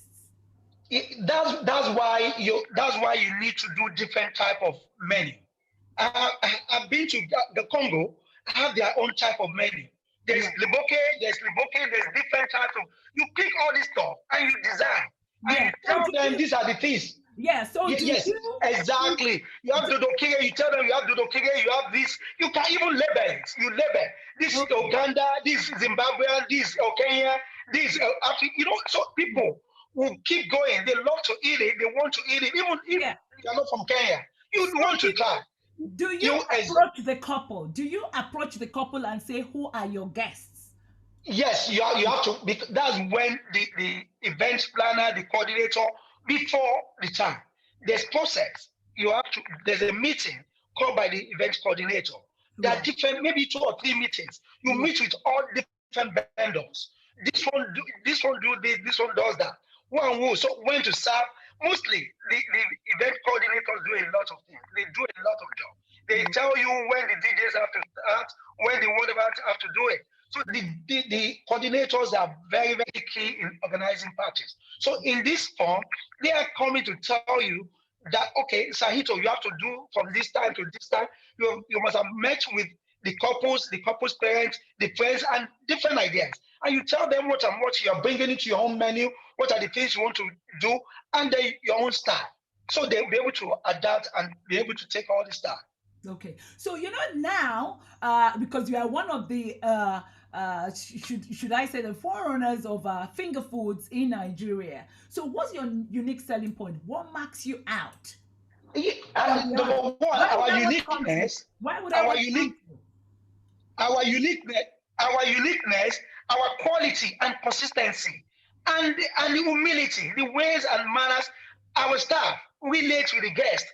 They want them to feel very, very happy and belong, irrespective of the class, irrespective, no segregation, irrespective. We need to carry them along. We need to show love to them. We need to show when you are serving somebody and you are not happy doing it. Somebody will not take that stuff from you. But when you're happy, you show smile, you show love, you show that this thing you are doing, you are happy doing it. Definitely they want to call you. They want to ask you, what is it? And again, our style of serving, different form, different recipe, and then different style of serving always make us very unique. All right. Thank you so much for that. I'm just going to take one or two comments. I think Otuba Oseni posted a comment earlier or had his hand raised. Do you still have that question or it's been addressed now? Otuba Oseni, yeah. Yes, thank you very much for having me. Yes, the presentations, they are all fantastic. I mean, you get to a certain age, you start wondering whether participation in all these young couples is necessary, judging from when they want to be in control of all the events. So I just want to ask all the experts how whether they will agree that in case of marriage, I mean with young people, whether it's better to separate them. So you do the events of the couple as they want it, and then of course the parents cannot be removed from all this kind of thing. The experts, did they agree that the celebrations should be divided into two to make sure everybody is happy? Divided into two. Well, divided into two, you see, don't forget the church or mosque or whatever wedding among the couple. It's a young people thing. Yeah. The only time you find old people getting involved in weddings maybe their second turn. I mean second time. You know, so from the experience, the young people that want to get married, they want to do everything, they want to plan everything for themselves. Now come the parents of the bride and the bridegroom or whatever. So the point I'm trying to make here is, isn't it better sometimes that you let them do the proper wedding and everything, because they're not interested in your in their parents' musical show and all that kind of things. The elderly people, they want to do their own thing within the range of their age. So I don't know whether I think it was actually addressed by DJ Abbas, if I remember correctly. Would you want to quickly just reconfirm what you said earlier, that traditional engagement, that's why they hand it over to the parents, and the white wedding, they focus on the couple? Indeed. I think I can't speak for the whole of Africa, but I think Nigerians, perhaps a handful of other countries in the world, are those who actually hold two wedding ceremonies or more for just the one wedding. Yeah. And I don't think it's cost effective.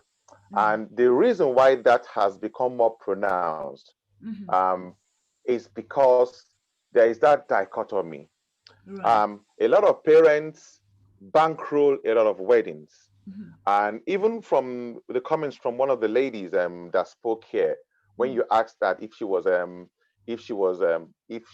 ready to step down the number of guests from 20 to 5, what she said was, well, if I'm paying, do you get it? So the belief is with a lot of parents, like if they're paying for this thing, then we must have a say. But then where do you draw the line? And generally what happens with that is when they're paying, they are imposing a lot of stuff. I'm sure the wedding coordinator online would also agree that I'm sure in dealing with a lot of clients, the question is who is paying. She probably most times will be approached by the person who's paying. So if it's the parents, then the parents are in the driving seat. Why she will still need to deal with the celebrants, but he who pays the piper dictates the tune. And this cultural thing has ultimately created two weddings in one with amongst Nigerians and maybe Asians, because the Asians actually do a whole lot more elaborate weddings going over more days. But I think we are one of the few people in the world that do two weddings in one. And I think that is the reason why that is. All right. Thank you for that. BJB, you had your hand up. Do you want to make a comment or something? No, I just wanted to buttress. I didn't know DJ Abbas was still around. I just wanted to say, look, it's come to what do you call it now? If we can't have our way on the wedding day, let's give you the traditional wedding, so you can do all your stuff that you like. And then you'll find some parents came from Nigeria, so they don't have visa to Portugal. So when they choose Portugal as a destination for their white wedding, even the parent can't go. So how are you going to bring anybody more than the number that we've already agreed? So I think that's where the young ones have drawn the line. And like Abbas says, even though it's to my benefit, because I can anchor both traditional and white wedding, but I still think it may not be totally cost effective, especially after the pandemic. Everyone has seen that vanity upon vanity is just vanity. So that's what I wanted to chip in. Thank you very much for that. Mrs. Emmanuel, you were going to say something? Yes?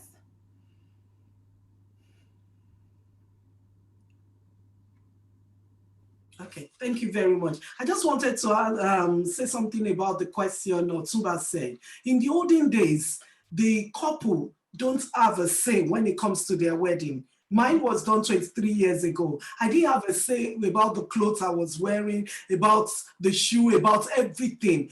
Everything was done for us by our parents. Yes, my husband contributed a lot because I wasn't working. But in this day, I think it would be fair on the millennial to say that some of the parents, because I have a good relationship with all my parents of the bride and the groom, sometimes some of the parents go overboard.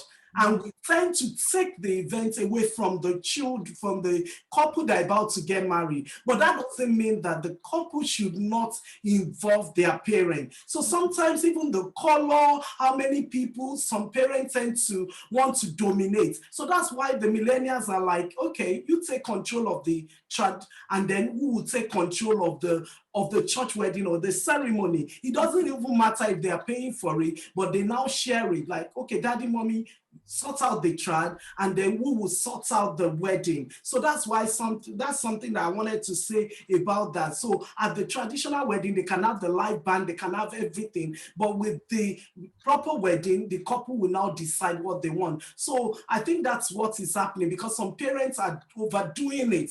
The couple will say, this is the color we want. The parent will say, no, I don't like that color. And that's when they say, Mom, it's my wedding. It's my wedding. And that's why, they're getting upset. So we should allow them. Yes, we might look at it as it's very wrong of them to dictate what they want. But at the end of the day, yes, it's their wedding. And it's also the celebration of the parents as well, because it's your day of joy as well. So that's just what I wanted to say. Thank you so much. Shadi, you were going to say something briefly? Yes, because of my position and because I've seen both sides of the coin, and I know typically how this thing goes, millennials really are not concerned about the culture. That's just plain and simple. Millennials just want to trend. That's the newest trend with millennials. And a lot of the times, the parents just want them to have a feel of the culture. And so hence the reason why of the two weddings. Right. The first wedding being that the parents just want them to traditionally know they're giving them away in marriage. Some of the millennials are okay with that. Some of them are fine with that because they just want to wear the outfits. Right. They just want to look good in the outfits. They just want to experience the fun part of the dialogue, the groom dancing in, the groom having a prostrate, in the Yoruba culture or even in the Igbo culture, the girls are excited about carrying the wine to find their groom. So a lot of times it's a necessity to have the 2 days. Not more so because of the expense. It's just the necessity of the parents being joyful to give them away in marriage. And then the second part of it, which is the white wedding, is the trend. It's for them to trend, and I've seen this culture now to where everybody wants to be on Bella Naija, and everybody wants to be on all the wedding blogs. And so a lot of the times, the younger generation, they really could care less about the traditional. They just do it to make sure mommy and daddy are okay, and to make sure that their tires are fine, and they get to look good in the cultural outfits. But the most important days to some of the millennial is the white wedding. And hence the reason why they tell the parents to have a seat and enjoy themselves at the traditional and leave the white wedding to them. And it's sad sometimes, but it's a new norm, I would say, because it's not going anywhere. Even with the COVID right now this year, I still see brides headstrong about wanting to get married, and forgetting about the traditional wedding, but still doing the white wedding. So it's just a new norm, I would say. All right. Thank you so much for that, Shadi. We now quickly do the ram ye or nay here. I'm going to start with you, Reverend Kironde. Traditional wedding is the most important aspect of the nuptials. Yes or no? The members of the panel can have their buttons unmuted so that we quickly do this whip around. Traditional wedding is the most important aspect of the nuptials. Reverend Kironde?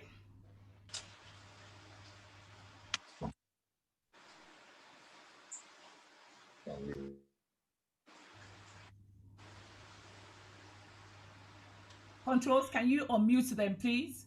Can you unmute the panel? Whoever has been unmuted. Okay, Shade, I'll take it from you then. Traditional wedding is the most important aspect of the nuptials. Yes or no? Yes. Yes. Okay. The first event is the court registry. Would you agree with that, DJ Abbas? Yes, in Yes this or no? times, yes. Okay. When you've had the traditional engagement, you do not need to have any further wedding event. Mrs. Emmanuel, yes or no?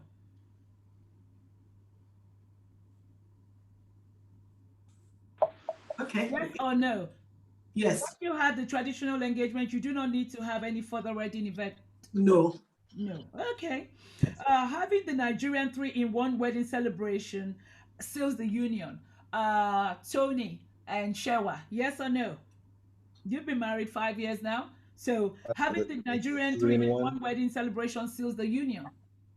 I can't think of any other event outside of the three that we had that would be necessary to seal the union. So yes. Yes. Okay. Having a traditional engagement, no, court registry or civil wedding seals the union of the couple. Bidemi Alaron. No. No. Okay. The parents of the couple must be in a position to oversee all arrangements as they are financially responsible. Is that true, Shade? Yes or no? No, most of the times the couples are funding the weddings. Okay. Parents of the couple must be accorded the respect to organize or supervise the wedding, even if they are not financially responsible. Socks. Yes or no? No, they must be given the respect, but not because they're funding the thing. Just Oh, respect them in the instance. That's all. okay. Destination wedding is very important, an effective way of limiting your guests. Is that true, Faye? No. Shara? Faye, Shara? No, Yes or no? no. No. Okay. It is good to have an event planner to take the stress off the couple. Would you agree with that, Shadi? Definitely, yes. Okay. Invitation cards are no longer trending. Do you think so, Sahito? Invitation cards are no longer trending. Yes or no? I think you have a problem with your connection. Yes or no? Yes or no? Okay, DJ Abbas, yes or no? Invitation cards are no longer trendy, did you say? Yes. I think they're still they're absolutely essential, and they're trending. If you don't have one, you're a mubomoya. Okay then. All right then. African parents believe so much in printed invitation cards. Yes. Reverend Gironde, yes or no? Yes. Okay. Now, always good to have the mother and son or father and daughter dance, for it's also a joyous day for the parents. Do you think so, Mrs. Emmanuel? Yes. Okay. Without the bridal train dance, you are old school. Bidemi Alaron, is that true? Yes. Oh, we are old school then. Okay. Bridal train dance is the highlight of the wedding. Do you think so, Socks? Yes, Ooh, if well choreographed. But well, millennials don't like it now. Sorry. all right. Yes or no? DJ must know how to keep the guest engaged with the choice of the songs he plays. Is that true, DJ Abbas? Absolutely 100%. Okay. The music band is important for the older generation. Is that true, Feishara? Yes, and for the younger generations as well. Oh, okay. Another important highlight at the wedding is the groom's speech. Do you think so, Sahito?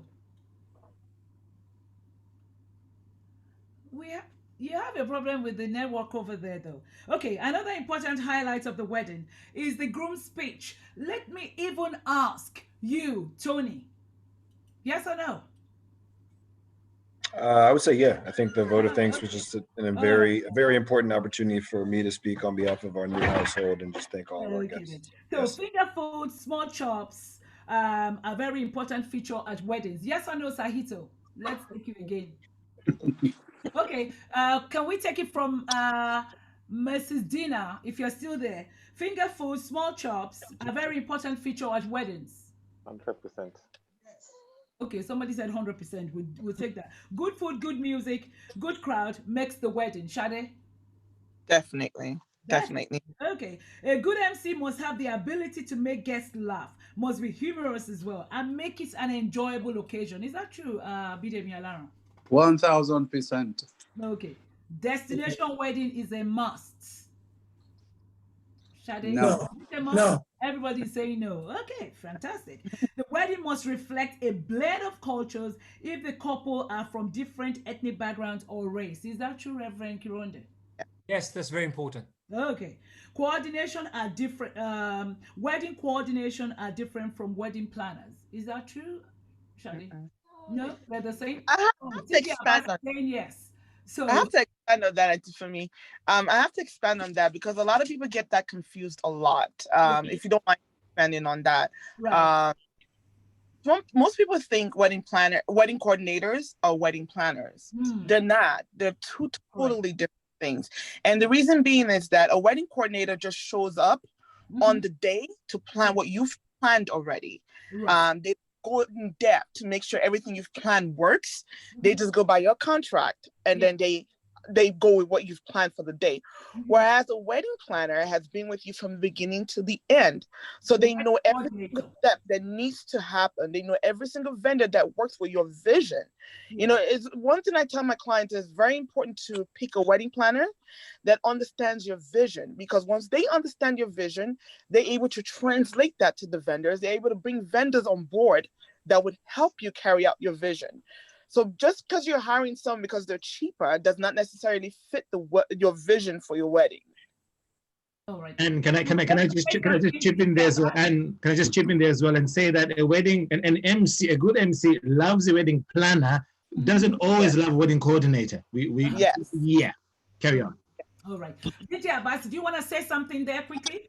Yeah, I just wanted to ask Sade, because the vast majority you rarely ever hear within the community, you rarely ever hear anybody mention a wedding coordinator. Exactly. It's always the planner, or even the wedding, yeah, it's always the planner. So I want to ask you, in you dealing with certain clients in the past, do you get a sense that the moment because obviously they're still wedding planner, but obviously, just like you explained here, you might have had to explain to certain clients that, look, there's a difference between all. Do you get Yeah. any any kind of what kind of response do you get when it now becomes clear that look, if I'm planning this is this fee, if I'm also coordinating, it's going to cost more? Do you get what kind of vibe do you get? So a lot of times is me having to educate my clients on the difference, because some of people just don't understand the difference. And for me, I do a lot of different weddings to where I do full-time planning, partial planning, and my dreaded one, day of coordination. And it's hard to explain it to them to understand because they just feel like, oh, you're the planner, and I have to always explain that no, I cannot coordinate something I did not plan. And that's the biggest difference. That's the biggest obstacle that we have to face as wedding planners, because 9 times out of 10, a guest is not going to come and ask me what package do they pick once they see everything unravel at the wedding. They're just going to look at me and say, oh, you're the planner. And that's the hardest shoe to fit in on the wedding day, because when things do go wrong, your business name is on the line. They're looking at you as the wedding planner, not the fact that you're coordinating what they've already planned. And even sometimes the clients themselves forget the fact that you did not plan this, that you're just a coordinator. And so they put all the blame on you for things that was way beyond your control, or things that they contracted and did not go as planned. And so that's the huge gap that I try to explain to my clients and to anyone that wants to know about wedding planning, is to understand that the reason why wedding planners cost more is because they have spent countless hours meeting with vendors, going over your vision. On average, when I'm planning a wedding, I have over 100 hours just the 2 days leading towards the wedding, without even counting the hours on the wedding itself. Whereas a wedding coordinator comes in 30 days, maybe a week or 2 weeks before, and the only thing that they're just doing is just scanning through the documents, meeting with the vendors, and say, hey, you're supposed to be here, you're supposed to be there, and that's it. So that's the biggest difference, and that's the biggest obstacle we face as wedding planners, is clients not knowing the difference. Yeah, it's so important that you should say that, because there was an article I actually wrote regarding the difference between the two roles. And you actually said it earlier, whereby you said you would also help in putting the bridal stuff aside. That's not the role of a wedding planner, that's a coordinator.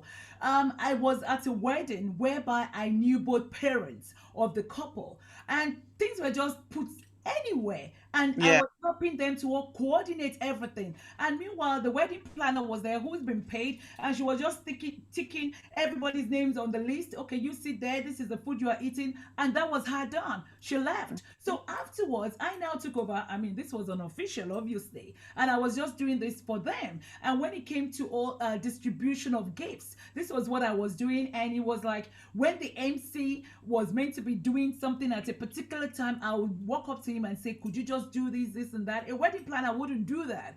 And when it came to even cutting the cake, this lady had gone off. I was the one that was looking for the knife and doing everything else. So it is important to know the difference. And Yeah. like you rightly said, Shade, it's also very important to let the couple know from the outset that this, this is my role and this is what it entails. So, Yeah. sort of like signposting them from the beginning would avoid any, mixed expectations. Yes? And when I do it step further is on that day, I do provide, even though I've planned their wedding from Yeah. beginning to end, Right. I have event coordinators on site that day. So Right. they're not just dealing with me. I have at least about 3 to 4, sometimes 6 staff. There are event coordinators that are managing the behind the scenes. I have someone posted in the kitchen. I have someone posted at the front. I have 2 assistants with the bride and the groom. So Yeah. it's a lot that goes into it that people don't understand. Thank you for I, that. I, So I think, photo shoot. So photo um, shoot prior to the wedding is a necessity. Is that true or not? Let me throw it over, because let me throw it even over to Tony. Where is Shaiwa here? Photo shoot prior to the wedding is a necessity. Yes or no, Tony? Yes. It is. Okay. Makeup artists and the headgear professionals. If they're not at a wedding, then it's no wedding at all. Is that true, Mrs. Emmanuel? No. Makeup artists. It's good, but it's not that if they're not dead, we can't have the wedding. We'll go ahead. There are lots of times that I've had to tie the head tie for the parents, and they use it like that. I think the problem I have with some makeup artists at times is that when they actually make me up and I don't look like me, I think that's the problem. So that's the end of my ram ye or nay. So on a fine, what's your each person? I would ask you to give us a final thought on African weddings in modern times. So I'll start with you, Mrs. Emmanuel. Your final thought, just one line. Okay, thank you very much. Final thoughts. I just want to encourage the millennials to work hand in hand with their parents and also to be very, very, very prayerful. It's very important. It's the foundation of their home and they cannot make it without God. So it's very important. And parents, let's not put pressure on the millennials. Let's allow them to have their wedding. Let's work together with what they want and what they like and make it a joyful event. Okay, thank you for that. What about you, Reverend Kironde? Well, I think that when I start with the parents, is that we have to evolve in the way we, as parents, they have to evolve in the way they respond to the millennials. And as probably we've all discussed that maybe the white wedding is important for them. But the millennials have to understand as well that the traditional wedding is very, very important because it is the foundation and the bedrock of a strong family union because different cultures are coming together. Different sets of people are coming together.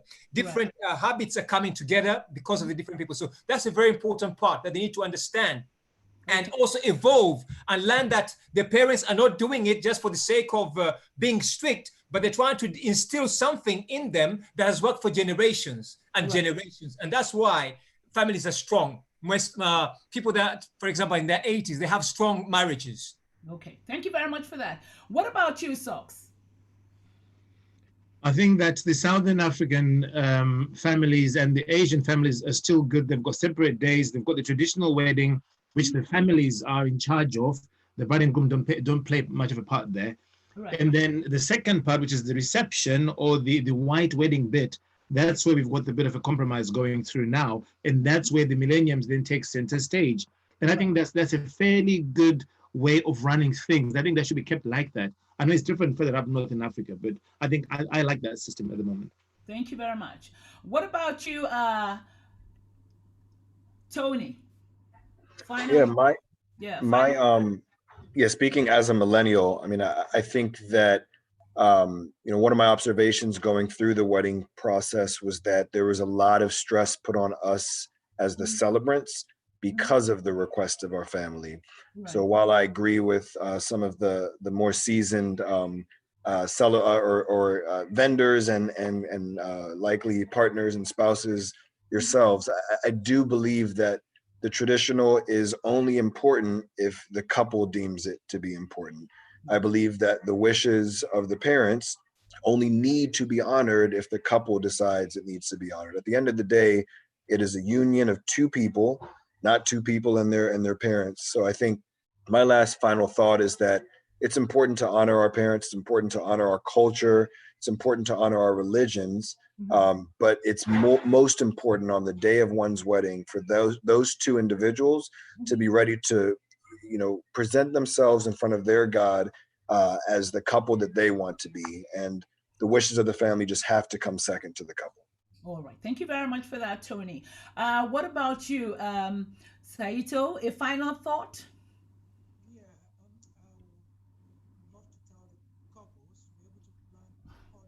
We cannot hear you. I mean, I should be able to advise the couples to be able to plan according to their budget and to their plan, to be able to move according to their plan, work with the planners, make sure that everybody involved are being put in place. So that at the end of the day, it's a one life thing. They're not going to do wedding twice. It's only one time. So everything needs to be planned well. Thank you, Ben. Thank you. What about you, DJ Abbas? Yes, thank you. As a final thought, I think culture is important. if we start to do a ask around about notable weddings around the world, people talk about Indian weddings, Asian weddings, Jewish weddings, So the only reason why this comes up is because the way they showcase their culture, and African weddings have now become extremely popular. I'd like to see a situation where millennials take this on board. I'd like to see a situation where we can fuse both events together in one day. We don't have to have separate days. That saves a lot of money. The pandemic is going to be over soon. We're going into a major economic recession globally. So we should be able to cut our costs and still celebrate. We can celebrate both events in one day, carrying both along. Thank you. Bitemi Alaron. On a final note, I'm going to be a bit philosophical. It says the water that forgets its source dries up. The reason why the African culture and tradition is eroding gradually, I mean, I'm guilty too. My children can't speak Yoruba, which is my local language. Is because we've neglected our ways, our culture and tradition. Even in the scripture, culture and tradition is allowed unless it contradicts the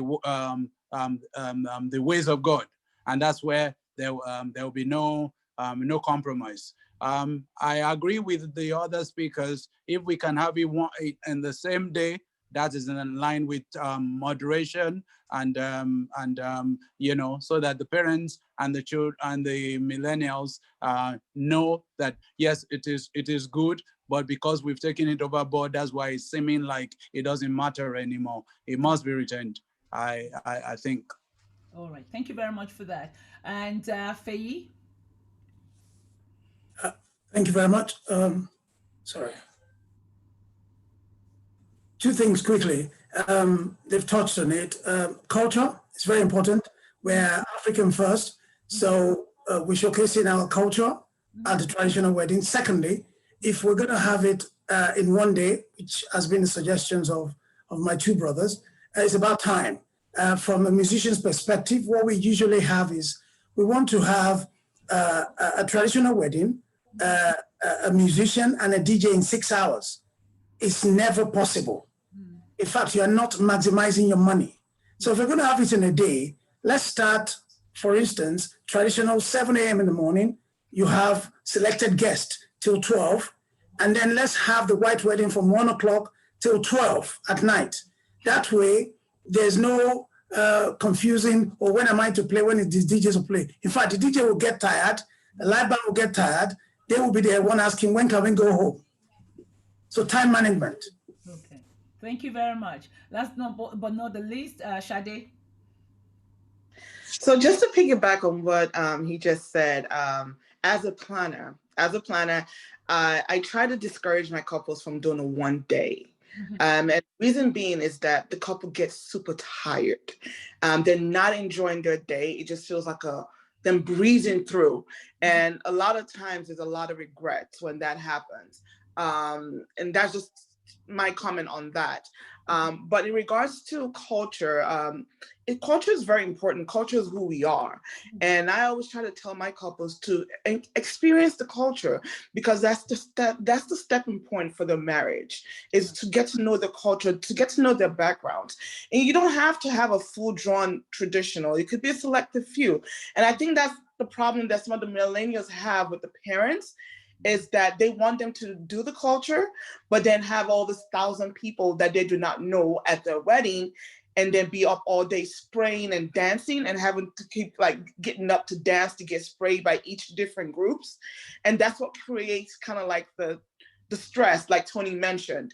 But with that being said, culture is definitely important. I think it has to be some type of medium that they both need to understand, as far as like the guest count and how long they want the event to go for, and still maintaining the wedding day for the couple. Because like Tony rightfully said, it's about the two of them. It's about them starting the future together.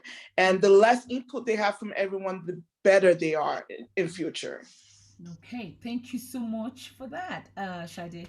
So on this note, I'd just like to say thank you to everybody for coming for to share your experiences and also to inform us about the services that you offer. So I'll start with Mrs. Emmanuel. Thank you very much for coming. Bidemi Alaron Abbas, Tijani, aka DJ Abbas, Feishara.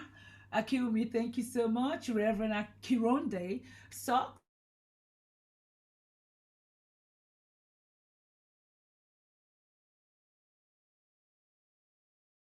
word. You still do it. Tony and Shewa. Thank you so much for sharing with us, and of course, Mrs. Fumidina. So, on this note, I'd like to say a very big thank you to you and have a wonderful weekend.